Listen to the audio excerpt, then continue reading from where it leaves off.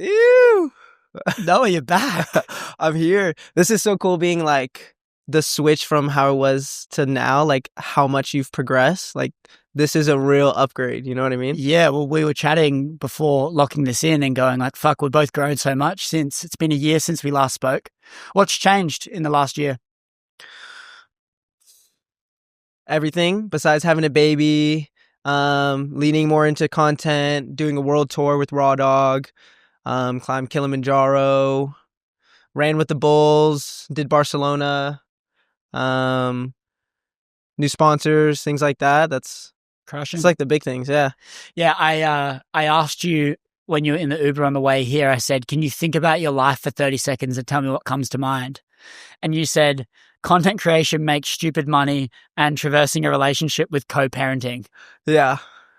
Does that sum you up pretty well at the moment? Yeah, especially right now where I feel like in my season of life, I feel that you got to lean into the currents of life and what naturally just flows, which doesn't feel like you're having to push the rock up the hill.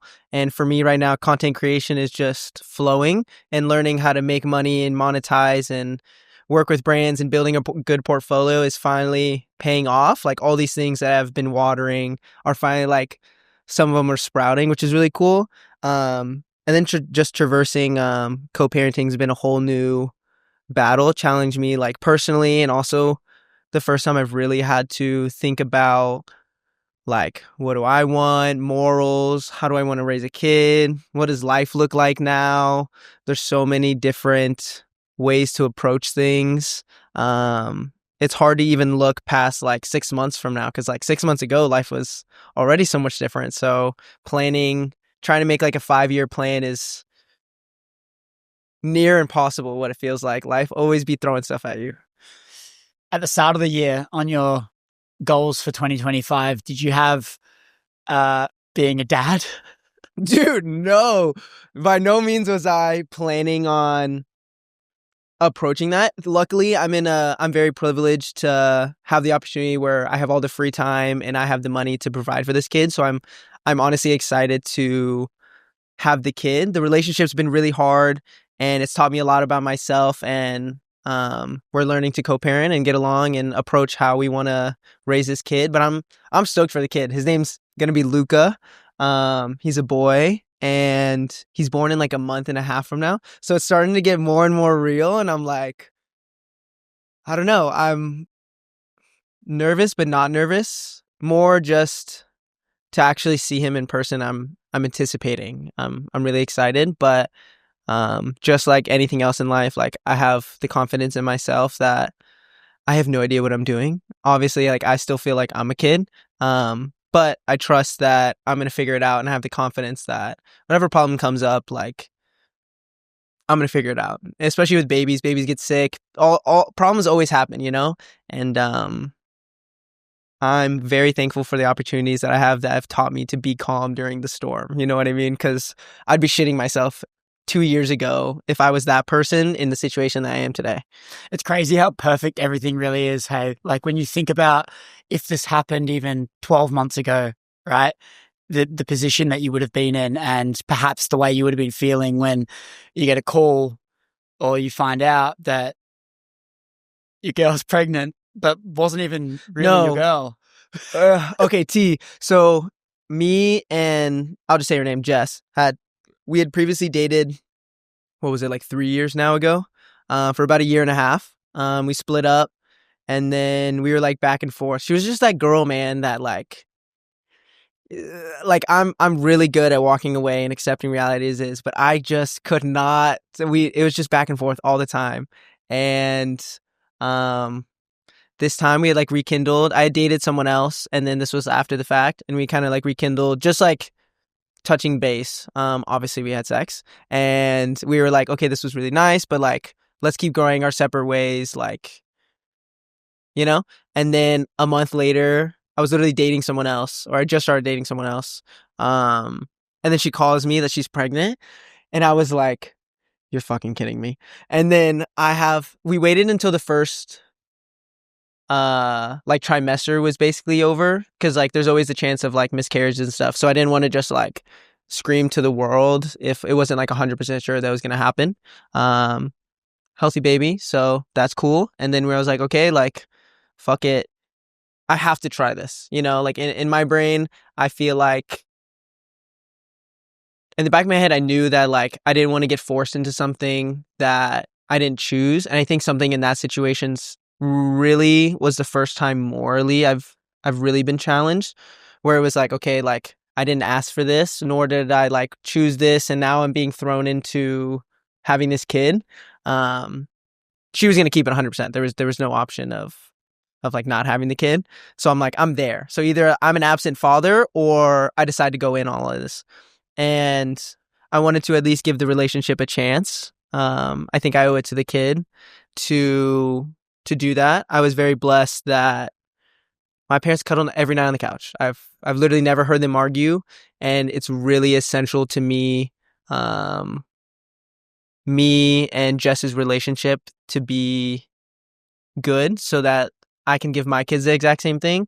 And fatherhood is something that's really important to me, because as much as my parents had an amazing relationship, me and my dad did not have a good relationship. So it's like that thing that's there that I want to fulfill so bad, because that was what I wanted when I was a kid, is just have that like fatherly role. And so I'm really excited to give it to this kid, but then I'm terrified of like, oh, me and mom gotta like figure it out. So we spent the last like 7 months doing that. I retired her, obviously, gotta have a stay-at-home mom. I do not want a nanny or daycare or anything like that. I'm super strong believer that home bearing is like a hard job. Like, props to her, she's doing something that I can't do. Like, my brain just doesn't work like that.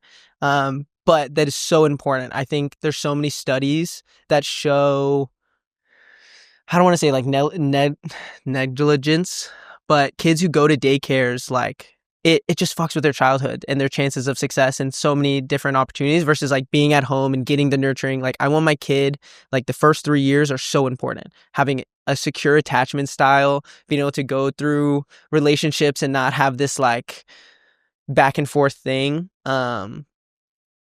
Super essential. And so like all of these things are like playing in my mind of like, oh, what do I want to do with this? And like big decisions, you know what I mean? So that's been really fun to navigate.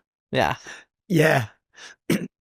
It's a pretty fair desire to want your children to be mothered by their mum. Yes. People seem to think that's a controversial take. I think it's the most ridiculous Really? thing. Like, what do you mean? Like, people think that like when you say, oh, like if you say you don't want to send your kids to daycare and you want their mum to mother them, like, is that not the most like, that seems so backwards to me? Because in my brain, I'm like, your family is what raises the kid. Like, why would I want some stranger around my kid? I don't know what's going on in daycare. As much as you can like research and stuff, you don't know, and not including like other kids. Like, yeah, and the I just look at this and I'm like, surely that's a fucking fair desire. Like, just to want the kid to have its own parents parent them. I think that's a pretty normal thing. Yeah. For you, like, you mentioned that your mom and dad had such a strong relationship. You didn't have a strong relationship with your dad. And so you're trying to be really kind of proactive with your son to make sure that you can have a good relationship with kid, right? Is that a big reason? Like, you're saying you don't have a good relationship with your dad and you want to make sure that... Yeah, it's basically almost like a generational up. Like, my dad was like the black sheep of his family, where he grew up super poor and he doesn't have a relationship with his dad like at all. So he gave me what he didn't have, and he gave me opportunities, like he didn't just like, I grew up like middle class. It wasn't like he was like that loaded. But like he bought me my first car, and like I could go to extracurricular things and stuff. But like he was very adamant on me getting a job at like 15 and like building my own. He made money. I did not make money. Which I very much now respect him for. I think that's something that I want to go into with my kid. But he gave me what he didn't have. And so after I've grown up and I've kind of like reflected and seen, and I better understand him, I respect him a lot more for, he did his best, like he was literally me now, of like being like, dude, how the fuck am I gonna raise this kid? Like, and so now I'm like, I want to do the one step better than that. Like, not only do I want to give my kid opportunity, but like, he was very much more an authoritarian figure, and I want to teach my son things and skills to really give him an edge on life, rather than just being like, oh, like, let me just give you money, whatever. No. Yeah. Has there been any perspective changes since you've been kind of preparing for this? Like, has there been anything change in your life, or do you feel like it's still stayed the same? Like, realizing that, oh shit, I'm going to have a kid in life, in real life, and there's going to be like this person with me in the next month or two. Honestly, no. Like, everything's the same. Like, again, I'm very privileged where I have the time to be able to do stuff. Like, I think I have a dream job where I get to like live, and this kids give me content. Don't even get me started at all the baby brands, and like, I'm going to be cooking it, or best believe I'm going to be on Austin Ladybird Trail, and I'm going to get one of those running like thing. I'm going to start a whole movement. You don't even know yet. Dad's running. I'm going to be shirtless with the GoPro right there. Boom. Oh, just be like, oh, it's such a hard life being this single dad with this, raising this son, Oh, that's going to be me on Ladybird, and all the moms will be like, oh my God, your baby's so cute. Dude, that's definitely happening. But it definitely like it makes things obviously more difficult. Like it changes life completely. Like, I won't be able to, it's hard to relate to a lot of other people that are my age. Beyond like doing content already separates me a lot. Being a dad on top of that, like it's hard to find other like entrepreneur people that also having a kid at a young age. And not including that, like also co-parenting and not being like in a relationship with that partner. So it does feel very isolating, where I'm in a lot of uncertainty, and it's a scary place. But I think if you can really control your mental, and I've approached this very much as like, I could totally be a victim mindset and be like, oh, my life is over. Like, I'm fucked. Like, no, I'm going to take this and I'm going to spin it, and I'm going to make the best situation that I can. And I'm like, I'm going to raise a badass kid, and I'm going to keep living life, and I'm just going to bring this kid everywhere, like I'm still going to be doing the exact same thing, but I'm going to have a little baby right here, and I'm just going to be chilling, and he's going to get used to it, and he's going to be raised in such he's going to be such a well-traveled kid. So I think it'll end up being good. Yeah. I think there's this element about you that's very, and you speak about it a little bit, and I feel like you've been doing this for a bit now, but you do adopt some of these stoic approaches of like kind of, I guess, being calm in the chaos and seeing the light, as opposed to just dwelling on all of the negative and going like, fuck yeah, like I'm going to have a kid, think about the content, think about this, think about all this. You're not saying like, dude, I'm going to have to change nappies and stuff. It's like, but at the same time, like, you guys call them diapers. I was like, diapers. Nappies is what we call them. Diapers is diapers. What you guys call them. But I guess at the same time, like, think about how you'd be feeling if you didn't have money. Like, it's like this situation that you're going through is probably a whole lot easier because you have money. Because if you don't, you're like, I got to pay for the mom. And if I had a 9 to 5, like your time, paying for mom's expensive, paying for insurance, and I'm going to have to pay like an extra $1,000 a month just from insurance, or like having private insurance, which I didn't even know. I'm 24, so I'm still on my parents' insurance. I didn't even know insurance was that expensive. That's ridiculous. $1,000 basically a month for insurance for me and this kid is nuts. It's crazy. And so talk to me about the other elements of your life.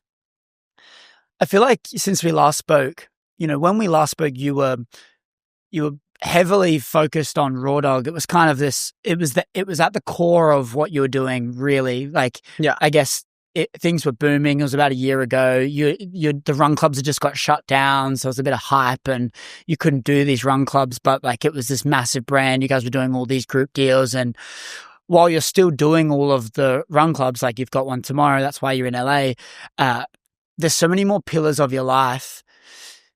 How do you see Raw Dawg sitting in your life, and like, where do you see the progression for it? And given you're balancing so many different things, like, how do you see that area of your life playing out in the next, say, 6 months, although you haven't been seeing much further ahead into the future? I have about 6 months. I have about a year, I think, in my brain mapped out, like a general basis, more business related than anything else. Um, for Raw Dog, run clubs are a trend. We happened to catch this wave and started this whole ripple effect. And like I was talking about earlier, like currents don't last forever. But if you can find a current, send that bitch and ride it until it's done, and then you find the next current. It's all about constant adjustments. And so how I view Raw Dog is it was super great. I got to travel the world with my best friends.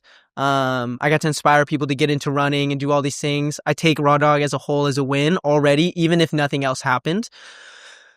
But again, at the end of the day, it's a trend. Like run clubs eventually, there's only so many ways you can elevate a run club. Like it's gonna eventually lose its thing, you know? So I view that we have about a year of like events and run clubs. I think will last for probably another year. And during that year, we have to transition into being like a run club to basically like a lifestyle brand, moving into like e-commerce and being, because I think that's why most people follow us anyways, because this whole balanced lifestyle, the whole like Raw Dog lifestyle was like, I think a big attraction. And so now we have to move away from doing events and move into more like e-commerce. Also like traveling every month, doing run clubs. It's a lot of work and time, and it's hard because something like Raw Dog makes me really happy and I get to interact with my community and I get to palpably make change. But at the same time, Raw Dog doesn't really like make me money. It maybe makes me like 5 or 10% of my income. 90% of it's from my own social media and brand deals that I make on the side. So it's like, but Raw Dog takes up majority of my time with work just because organizing events is a constant hustle. Like you have to constantly think of new ideas of how to do it. And then you're organizing with 5 or 6 other people and you're trying to get brands to sponsor things. And so it's a constant flow. And I'm like, it's hard in my brain to keep doing this thing that's taking all my time, but making me no money versus like brand deals are making me so much money right now and videos make me happy to enjoy and I can do it wherever I'm at. So I have this like problem of like, that's where I'm at right now. And I'm like, okay, I need to find a me to like replace me essentially. Like I hired Sabo and he helps a lot with the operations and things, but I need almost like another me to like step in so I can delegate and focus on something else while I trust someone to at least do 80% of the work that I was doing. You know, I can accept that someone's maybe not as passionate as I am about it, but at the end of the day, I need to value what makes money and where the current is. And run clubs are a trend, like it's gonna die. You know, like I view this year it's gonna be like a slow tilt off. Is like there's a million other run clubs. Like everybody's already been to like a big run club. There's one big one everywhere. You know what I mean? We just happen to be one that was like the first, so we're able to ride it longer than everybody else. But Yeah. you know, I feel like it ties in quite well. You're posting some tips about people starting out in their career and posting content and doing different things. And I'll read one of them. You said, attached to nothing, connected to everything. You said, learn to let go of control. Friends will come and go in and out of your life, and that's okay. Material things will come and go out of your life, and that's okay. Stress comes from trying to control the outcome. Even if you really love something or a job, enjoy being in the moment and soak it up while it is in your life. Don't force something to stay that isn't meant for you. You will drown. dude, yeah, I love that. Actually, that exact phrase I've always kind of like known that feeling for a long time, but I went on a date with this one girl that said that quote and like that like hit me so hard. So I actually stole it from this one person. But that is so huge on everything from like the kid. Like that's what I was talking about earlier, where it's like you have to accept that life's gonna be different. You don't get to just I'm always gonna have this kid like for the rest of life. And it depends on me. And that's never gonna change. And I can pout about it or I can like stress out, or I can just accept that this is how reality is. Like Raw Dog, I understood always that it was going to be a trend and it might not last forever, and that's okay. Like even if it ended today, like I would be so proud of what we have accomplished that like it doesn't even matter. Same with like relationships. Like you try this thing and if it doesn't work out, like it's okay. Like there's just no point in making yourself suffer. You know what I mean? The attachment to the thing is what makes suffering. If you can just accept reality as it is, not as a good or a bad thing, it just is, you're just able to increase your quality of life like tenfold, you know? Like imagine how much time you spend with anxiety or like tripping about this girl or about this job or about all of these things when you're because you're so held tight that like it has to be the way that you said it, that you planned it. But like as I've learned with entrepreneurship, and I'm sure you're aware of, everything that you plan will go wrong and you'll end up in this place that you don't even know or like how. And but somehow like it'll end up working out and it's okay. Like it's okay that you don't know what's best, you know? And what if it turns out even better than you could have even imagined? Like I always knew that I was going to do something different. I didn't want to do a 9 to 5, but I never would have guessed ever in a million years that I'd be doing social media and doing a run club or being here on a podcast. Like I that wasn't even in my like peripherals. Like it wasn't even a thought. I've never thought about doing videos, or that was never my passion. It just ended up traversing that way, you know, by me letting go of, no, I want my life to be exactly like this. I'm so thankful that I allowed life to move me how it was supposed to move me. But that's the best part. like I think we seem to sometimes forget that the uncertainty is the best fucking part, because none of it's special if everything's certain. And like people are surprised that they don't know what to do, but like who the fuck knows what to do? You just like you just need to do the thing and take steps. I was speaking about it earlier today around like the things you want in your life. You're not supposed to know what they are right now, because you actually need to start taking steps in the dark and you'll eventually start to see some light. And until taking those steps, all you're going to see is darkness. So you don't know what to do. I can guarantee you that sitting on your ass and doing nothing is going to guarantee that you will still not know what to do. In a year's time, in 2 years' time, in however long you decide to pull up that fucking chair in the darkness, the moment you kick the chair down and take fucking steps and just trust that everything's going to work out. And I'm going to try and figure it out and actually give something a go. There's actually a word for that. It's you raw dog it. But you're so right. That's it. And that's exactly how I've always approached people who are like, dude, like how did you figure out what you wanted to do? And I'm like, I didn't. Like I'm just reverse engineering it. You pick something that you're like at least interested in and you just walk and you just make one step after another. You don't worry about, you know, like exactly how it's going to go. You just make one step at a time. Like it started off with me owning a landscaping company. That was my first taste of like entrepreneurship. I loved being my own boss, but manual labor sucked. And me and my partner ended up not working out. So then I was like, oh, like, screw that. Like, I'm going to go try. But I loved talking to people. I found that out. And so I took that and I was like, okay, why don't I go into sales? Because I love talking to people. I want my own schedule. And I did that and that worked really well. I realized I was a really good salesman, but I also solidified that I hate having a boss.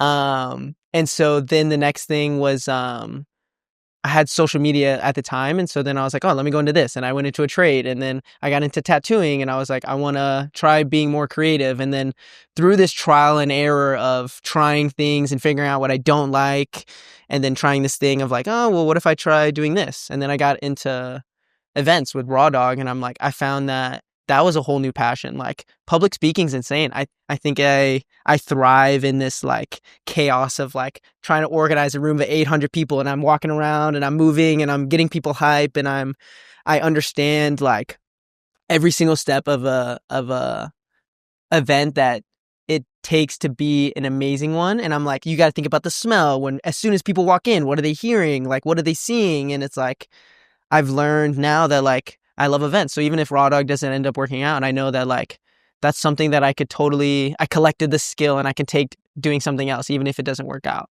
Like you just start moving and you'll hit a bump and then you'll be like, oh, go left or right. okay, let me go left. And you hit another bump and be like, go left or right. And be like, I'm going to go right this time. And you just ping, ping, ping, ping. Has there been any bumps this year that, aside from getting Besides the baby, bro, she's hit because keep in mind, she's 5 foot, so she's short. This baby got nowhere to go. I'll show you a picture after. She's massive, bro. As soon as I left my mouth, I went, fuck, I'm asking for this. Has there been any bumps on the road aside from that baby bump this year that you kind of had to overcome?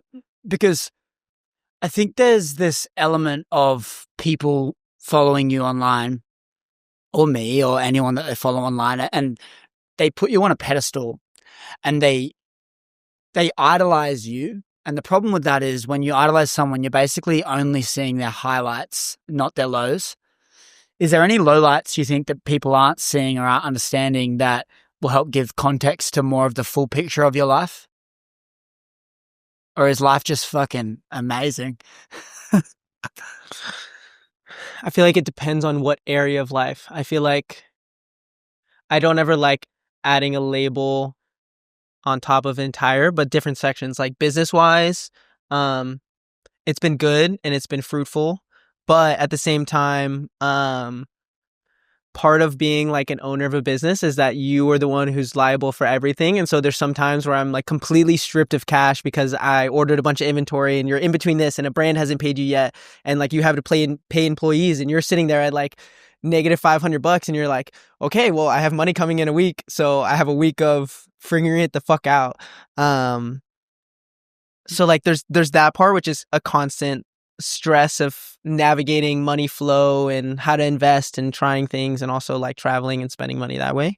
That's hard to constantly balance. Relationships are obviously very hard. That's been a real struggle. I think relationships make or break you, dude. Like having someone that adds stress or doesn't add stress is huge. I can definitely say, like, I've even talked to friends where like they've noticed that like I've been different because my emotional capacity just isn't there. You know, it's hard I can tackle business problems all day. I'm made for that. Having a room full of a million people and like things are going on and you have to like, I thrive in those environments. But then when you go back and it's like and it's an emotional thing and it's not something that you can logically combat. Be like, oh, let me just do X, Y, and Z and I'll get this. Like, that's just not how relationships work. And especially girls, like they're so much different than guys. And I'm not the most empathetic person and I'm very like, I move fast, you know? And that's hard. And like that bleeds into everything else. And it's like it's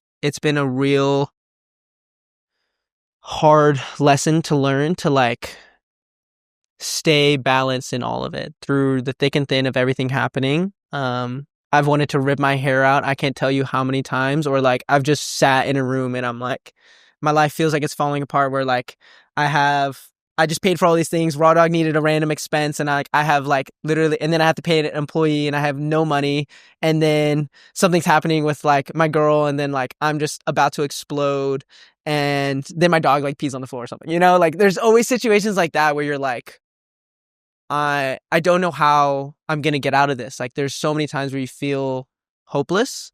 And I always just remind myself that like,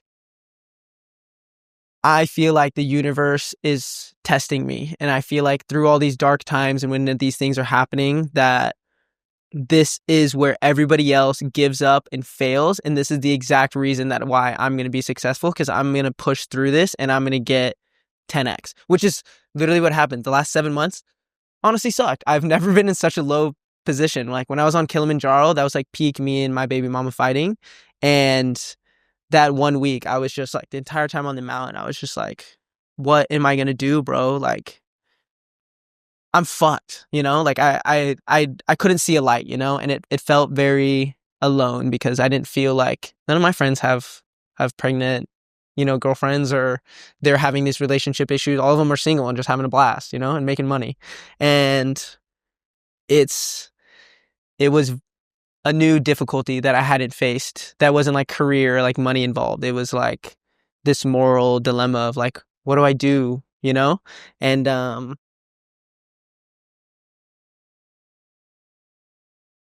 I just kind of kept reminding myself of this test, and I was like, it always gets so much worse before it's so much better. And then this month, I feel like everything, like finally, like we separated, we accepted that we're being going to couples therapy, like that started getting better. And then like now we get along, and then, you know, I got new brand deals coming in, all of a sudden like a 3x to my monthly income, and I'm almost making $1 million a year now. And I'm like, this all happened in the span of like the last 30 days. And I'm like, dude, imagine if I fucking gave up. Like, imagine if I was just like, you know what, this is too much for me.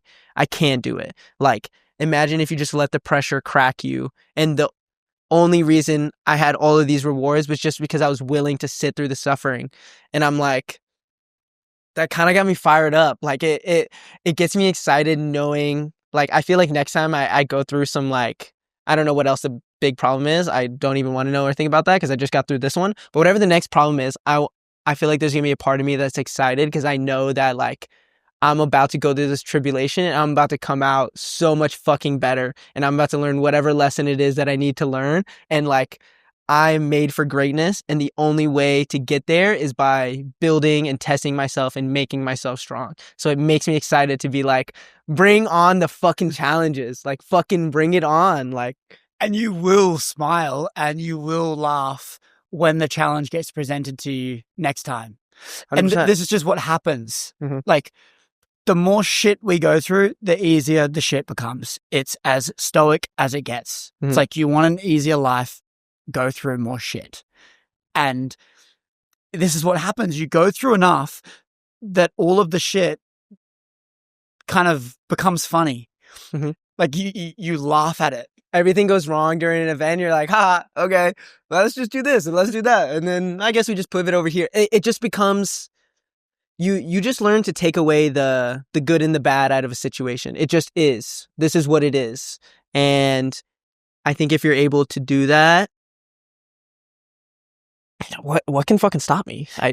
Yeah. I don't know. It's this unstoppable feeling. And I felt it when a lot of when all the stuff went down with me back in Australia, and I felt like extremely calm through the whole thing. I remember this feeling of like this positive feedback loop going from, I'm in a storm or a perceived storm right now and I feel so calm. Fuck, if I feel calm during this, then nothing's going to be able to stop me. And so then I was reminded of it. And so then I felt even more calm because of how calm I felt. And it was this positive feedback loop. And I'm very cautious of saying I feel unstoppable. And the reason I'm cautious of that is because Really? the reason I'm cautious of it is because I'm a naive 23-year-old that hasn't experienced loved ones pass away or anything like extreme. Yes, I've gone through challenge and hardship, and a lot of it's been self-inflicted, and I've put myself in there. Like, I've taken the risk that I didn't need to do, and it's not gone to plan, and then I've fucking put myself in the shit, right? But like, it is this feeling of like, how the fuck can I get stopped? I don't think I can. And it's a freeing feeling. It is the most freeing fucking feeling. And the only way you access the feeling is by going through more shit. And so then when you're presented with shit, or when I see someone go through shit, I feel for them, but then I also feel very excited for them. I was about to say, I'm almost like excited. Like, just recently, Darren was kind of confiding in me because he was, you know, everybody's in their own path. Like, I've been doing social media for like almost 6 years now, and you know, this is his second year now of ever doing it, and he jumped straight in. You know, RawDawg being successful that fast is not a normal occurrence, not including he had just started social media. So like, he just got jump started into this life, and then now he's trying to figure out how to do it. And I'm like, Darren, I am so excited that life is really hard for you right now. I was like, because I went through the exact same thing. Like, I've been there, and I'm like, it's gonna suck. And like, I'm just gonna tell you now, like, it's gonna be really hard for the next like couple months. But like, if you push and you keep going, like, you will come out better, and like, it will be worth it. I was like, just constantly be looking out and being like, what is the lesson that like I need to be learning in this season? How have you gone navigating friends that you've been in business with? Because like, it's a hard one, right? You go into business as best mates. Ian? Huh? Ian? Well, just everyone. Yeah, just like, everyone. like the 4 mates, right? Yeah. Just like you go in as best mates, and then you fucking have to deal with business things, you have to Everything. deal with everything, and then Yeah. you've got to show up these events, and then you have things that you've committed to each other that you're going to do, and then one of them doesn't do it, and all this shit. Have you found it hard to navigate friends and find this balance between business relationship and friendship? Yes. It's definitely not um always perfect. I think there's a lot of like blessings. Obviously, I get to work with my best friends and I get to do all these things that we set aside that we said we were going to do. But also at the same time, living, working, having friends, like doing all the things, like eventually you're going to get annoyed with each other and it's going to get tiring. And especially because none of us necessarily thought that this was going to turn into what it turned into. Um they're learning their jobs and I'm learning my job, like we're not the best at our job by any means. And it gets frustrating and it's hard sometimes to separate um business from personal, like it's hard when something's like you want someone to do something and they're taking fucking forever to do something and you're like, yo, like Darren, like I need these designs, like it needs to be happening now. It's hard not to be mad, like it was like, oh, and we're going out and getting drinks later. I'm gonna be like still low key like frustrated because work is life, like there is no separation of there's no clock in clock out, like work is 24/7. So I'm like it's always sitting there where I'm like, and so we're sitting there having a good time and I'm like, how are you having a good time right now? You know what you need to fucking do? You need to be on your iPad fucking cooking up ideas. Why are you out here drinking? But like you can't do that because they're equal founders too. So I can't tell. I'm not any like I'm not more in charge than them. Like my role is more like CEO and like I generally. But at the end of the day, like I'm not their boss. So it's like I can't just be like, So that part's really hard for me personally, especially as I'm like very leader oriented. Like it's a hard balance as like I am the leader, but also at the same time, like I'm not their boss and I don't want to be like, they're my friends, but then also like we work together and then like very interesting. It's a delicate thing to go about. And again, at the end of the day, like I'm super happy that regardless of how this works or doesn't work, I got to do this with my best friends, and I forever get to say that I traveled the world doing run club. It was basically like a boy band, like going to like different countries around the world and just like hosting a run club. And then that's fire. Like that's nuts. I want to change gears a little bit. Money's an interesting thing. I feel like money can affect people in different ways. And it can also give you this freeing feeling of like, at least personally, it can give me a freeing feeling where I don't feel the need to please anyone as much. Like in a respectful way, but when you're kind of, say, an employee, you've got to be nice to your boss or else he'll just fire you. Yeah. And then you don't have a livelihood. If you are reliant on this brand and this brand's paying you and, they don't want you talking certain things and you got to be careful with them, X, Y, and Z. And I found that, the thing is what's different about you is you've built your brand on this reckless lifestyle. So like they know what they're getting themselves into. I was gonna say, I don't have any censorship. I was at the NOCO headquarters and like I'm sitting there rolling a joint in the middle of their like headquarters. And like I just posted on my private story where I was literally like, life's so good. I get to just roll a blunt in the middle of, but like nobody else gets that. I get very special privileges because I've built this brand specifically. I'm full Noah. Like there's no like hinting at it. Like I'm full me, 100%. Yeah, but having a bit more money, does it give you a bit more of like a freeing feeling? Because I feel like when I look at a lot of things, like money dictates a lot of people's decisions, and like, has there been anything outside of just having money that money's done for you? Like, has it like your mind, has it like freed you in any way, shape or form? Because for me, I feel this element of like it unlocks this freedom that it's just like a freedom of like the space in your mind just feels like there's more free space now because before when money was like so tight, I was just constantly letting it dictate my decisions and consume me and stuff. And I found it's this like freeing feeling. Have you felt any bit more of like a freeing feeling from making more money, or has there been anything that stemmed from that? Money is freedom. Money is simply a tool, and I've very much focused early on my mindset around money, because again, money dictates a lot of decisions and mindsets and so many things. It's simply just a tool. Some people get money and they want to hoard it and they feel like they're terrified to like spend it or like put it out there. Or you can view it as like, where I'm very abundant mindset, where it's simply just a tool to allow me to give more to people, to help my friends, to be creative. It's simply just a vessel that allows me to do stuff. And if I can go create these systems that are all in different areas, because you don't want to overlap too much on everything. Because if you have all your eggs in one basket, if this goes belly up, then you're fucked. And that's not security. Entrepreneurship is a lot of uncertainty, but you can create security by having 5 or 6 different pools of income where if one thing goes down, like you have other things and it doesn't matter. Which that is very nice and that feels very secure. But yeah, it's allowed me to live an exact life of how I want and how I dream. Like I'm able to be as like giving and kind of a person as I want to be, because like I can catch dinners and it's no worry. I can go out and like, even whenever I was not even making that much, I was maybe making like 10K a month, back before we started Raw Dawg, and Darren wanted to get into tattoos and I like bought him a machine and I was like, go crazy. And maybe it was like $500.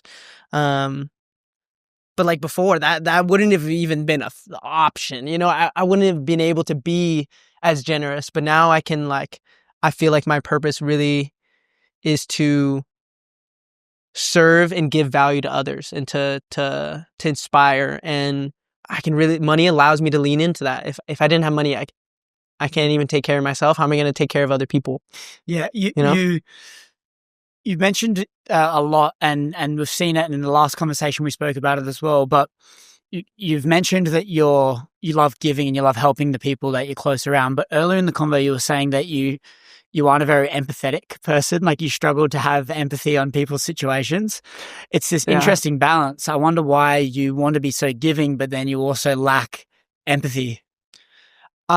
Gratitude. That's the answer. I am so grateful for everything that it is that I have a roof over my head, that I have more money than I need, to be honest. Like I can live on 10K a month easily and I'd be fine. I wouldn't be able to live the same lifestyle, but I could comfortably live, and that would be great if I just did that and I had my own job and had my own hours. Like sick. Anything, without a kid.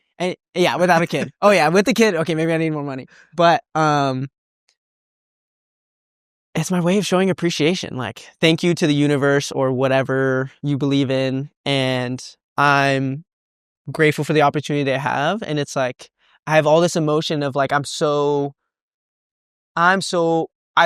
love life and I love my life, and I'm so stoked to be like I'm in it right now. You know what I mean? Like I've been dreaming about like doing all these things and having this lifestyle, but like I'm literally in it right now, and I'm so full of like my cup is just overflowing. I'm like, how do I give more? Like that's why Raw Dawg was really important to me, because I was like, this is a palpable way that I can like give, and now I'm trying to find as many ways as possible just to be able to like give back, I guess. I don't know. Why do you feel like you lack empathy though?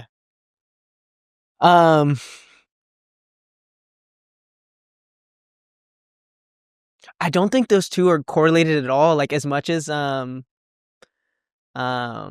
like giving. I think I'm on a similar wavelength. But also I'm not necessarily, I am somewhat particular. Like I feel like I have a level of give to strangers, but like to people that I love, I can pour so hardly into. But at the same time, if like I don't care about everybody in that same way that I care about my friends. And so I think that's where like the empathy levels, like, do you think that, I guess you think you sometimes think that people's problems are petty, and so then you don't have empathy for them? Yeah. Or like your situation is totally fixable, and I'm like, this is literally 100% your fault. I'm very like, I'm just such a realist that I'm like, I can look at your situation and I can be like, you're the cause of your problem. Like, yeah. I'm not gonna like help you pour into that. But people that I think are like deserving and are like I see potential in, I'm gonna fucking dump into, you know what I mean? And even people that like I just meet that just like are able to like catch a smile and be like, dude, like, you know, show love, I instantly want to pour into them. You know, there's always like a level of that. But yeah, this empathy thing's interesting, because I was explaining to someone the other day how I I'm very interested with people I'm interested in, and I'm very uninterested in people that I'm not interested in. I love really hard the people that I love, and I genuinely do not give a fuck about someone else's opinion outside of them. Like, I don't want to be disrespectful to other people, but also I don't care about your opinion. Like, I don't. That's totally my right. Like, you have freedom of speech. I'm huge on freedom of speech. I will fight for you to be able to say and believe whatever you want, but also at the same time, I'm gonna think you're fucking stupid, and I'm allowed to do that. So it just, as much as I love giving as much as I can, I love who I love, and I just don't care outside of that, I guess. Yeah. You know? I was in a relationship earlier this year for like 4 months. And one thing I struggled with a lot was everything was a problem. And like every single thing was just a problem in her eyes. And my problem with it was I didn't see that as a problem. Yeah. I was like, that's so petty. Yeah, like that's. But I was like, are you serious? That's a fucking problem. Like, that's so petty. But come to realize, I mean, there's elements of this, right? There's an element there where you go, yeah, it is fucking petty. But then there's also an element of just because you've been through so much shit and you don't think things are petty, because the only reason you're thinking something is a problem is because you haven't experienced something that's worse. Mm-hmm. Like, the only reason something's hard is because you haven't experienced something that hard yet. Like, after you run an ultra marathon, running a marathon's not very hard. It's not that bad. Right?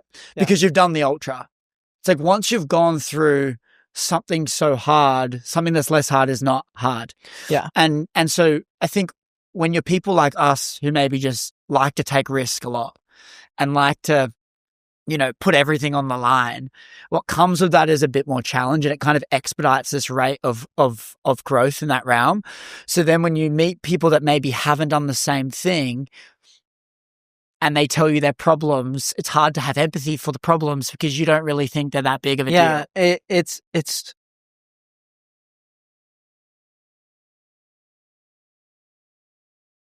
such a hard thing, because even if you care about, like, I've been in relationships where I'm like, I love that person very much, and it's not that I'm like, I don't care about this person, but sometimes the problem that they focus on is just like, I don't know what it is.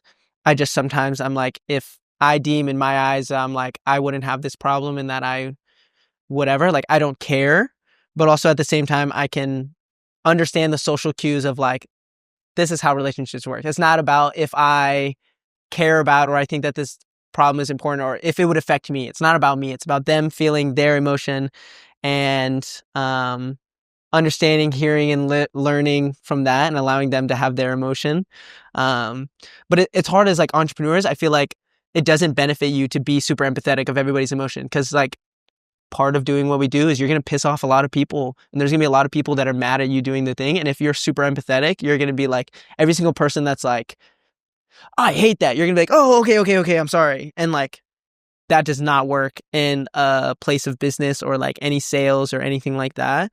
So it's hard because I don't even necessarily want to become more empathetic, because I'm like, this is the perfect amount where I'm like, I love really hard and I have empathy for those that I care about, but I only need like 5 friends. You know, I don't have empathy for the entire world, but I have empathy of like all the people that like I really care about. Yeah, I even had this problem though with people that I really cared about. I wasn't being empathetic enough, and the realization is like their thoughts is their reality, Mm-hmm.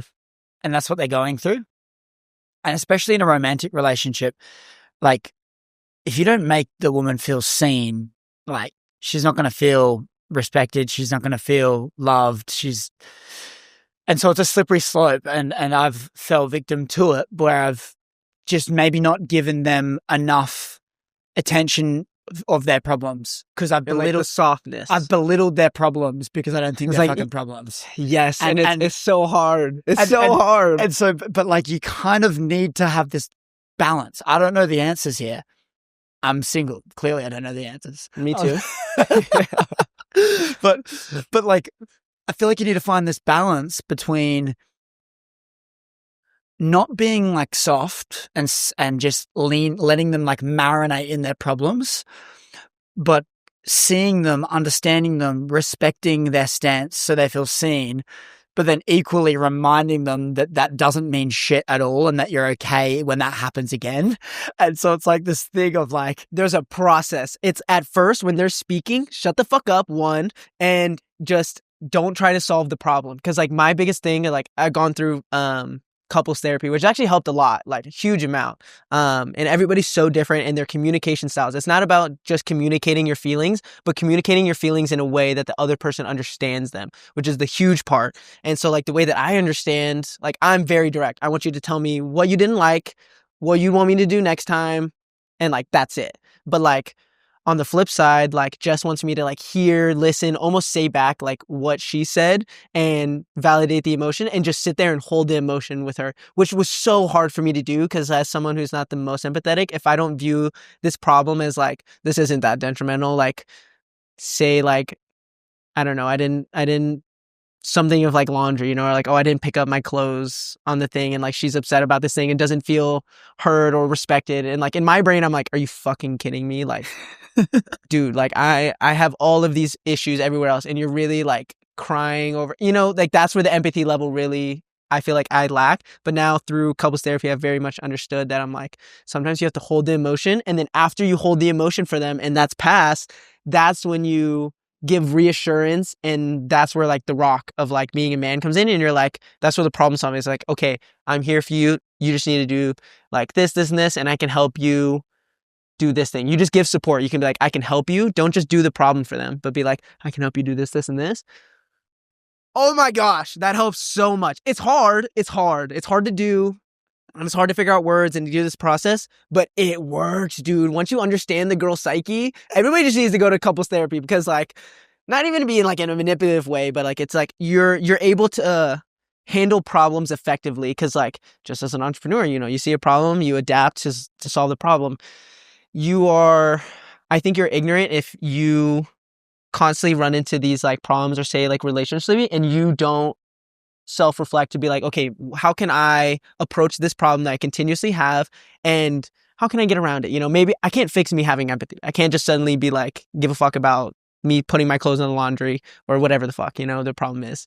But you can do the right steps to make them feel heard and safe and loved, which is really important, I think, in any relationship. It's something that I've learned that is like, it's night and day, bro. It's night and day. Dude, I had an insane discovery.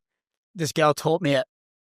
And it comes down to agency and taking ownership. So you can't have ownership and you can't have ownership and conflict in the same sentence.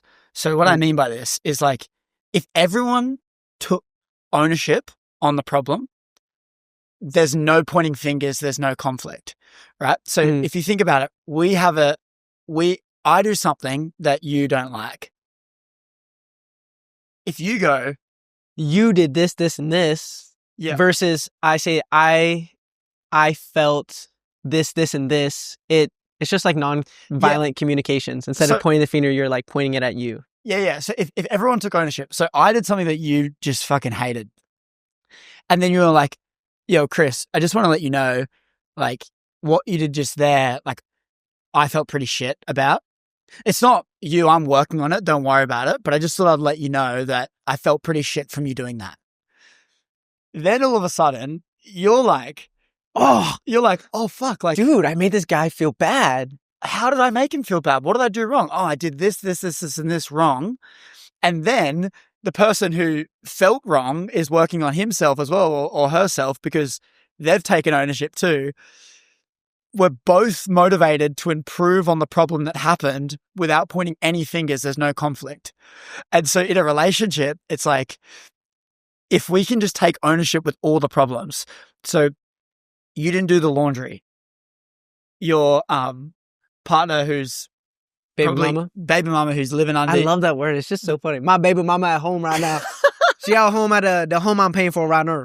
She finna have a baby shower this weekend. Yeah, right. Yeah. Damn. Yeah. But like, so yeah, she's under the home as well, right? But the laundry is not in the laundry basket, and she's like, no, I just want to let you know, dude, like, I really don't like that you're doing that. It kind of gets me a bit off. I'm working on why I'm fucking feeling a bit off, but I just thought I'd let you know. If she just did that instead of going, It doesn't feel like an attack. Noah, can you stop doing that where you leave your laundry there, where you feel like, whereas if she says it the first way around, then you then go, fuck, okay, she's actually not liking that I do this. I probably should like figure out how I can make this better. And then like all of a sudden you then be a bit more conscious of not doing the laundry problem. But anyway, I feel like it's an interesting thing. I'm just trying to unpack this empathy piece because I struggle with it as well sometimes. And I feel like there's value in having empathy no matter the problem, but doing it in a way that doesn't make it acceptable. Like doesn't make the problem acceptable. It's all just framing. I think it's all about how you approach this thing. So I was going to say a step to take even further from what you said, where it's like taking away the pointing fingers thing, which puts up people's defense. The next step above that is asking like, hey, I have something on my mind. Would right now be an okay time to talk about it? Like, do you have the capacity to talk about it? Like taking that first step. I know that like me personally, I hate it when someone just comes and like dumps emotion on me and I'm like, now I'm all of a sudden in this thing that maybe at the end of the day, like I'm fucking tired. This is the wrong time for me to have an emotion. Like I haven't eaten yet. Like I'm fucking hungry. And like, there's got to be right times. And if you're able to kind of make that step, that instantly puts their guard down to be like, oh, like, yeah, like what's wrong, And rather than it being like, I'm putting this thing on you, it feels accusing to people.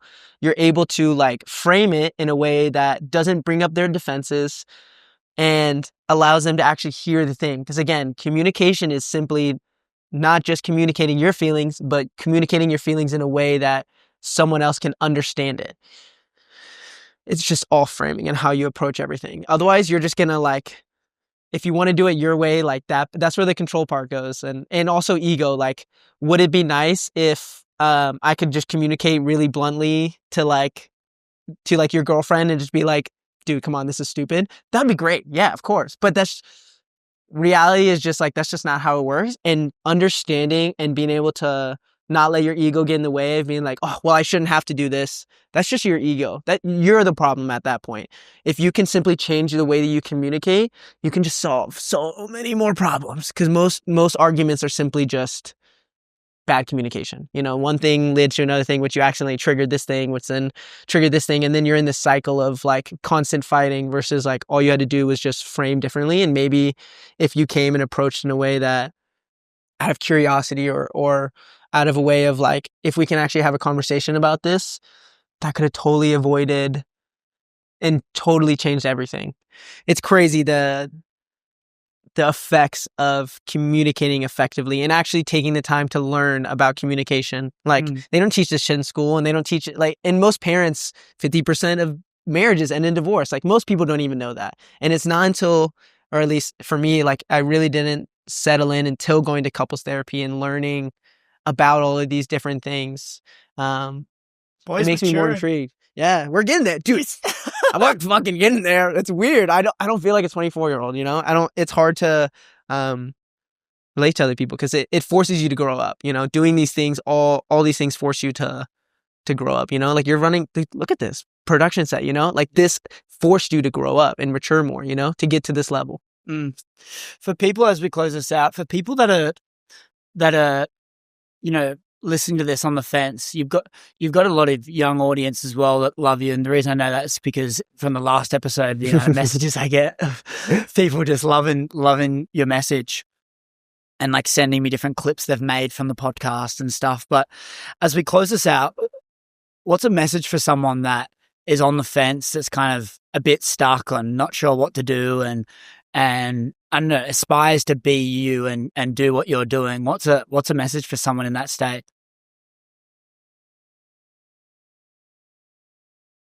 I think the number one message recently that I want to push is that like right now we are in the biggest gold rush ever. Social media, I think, is still such a new baby and isn't even like you're still so early. And I'm like, you literally have a free lottery ticket every single day to post things into, it just takes one viral to start getting traction and to start moving in this direction. Like, post now, like, start posting your life, start figuring out all these skills. Like, you can sit around and think about it all you want, but thinking about the thing isn't doing the thing. Planning about the thing isn't doing the thing. Learning about the thing isn't doing the thing. The only thing is doing the thing. So fucking post, because it could totally change your life. Why not take the chance? What if it works out even better than you could have imagined, you know? Like, why not you? Boom. Boom. Dude, next time we do this, you're going to have a kid in your arm. I'm literally going to have a baby. Maybe I'll bring him. We'll see. I think you'd think bring the kid. What's his name again? Luca. We're gonna have Noah and Luca back on the show, and we'll get Luca spitting some fire. Oh, he gonna spit. Thanks for coming on, dude. I'll leave all your stuff in the description below. Everyone can check you out and all the cool shit you're doing. But yeah, you're fucking awesome. Keep on crushing it. I appreciate it. Same to you, Chris. You're fucking doing amazing. Thank you, dude. See you later. Peace.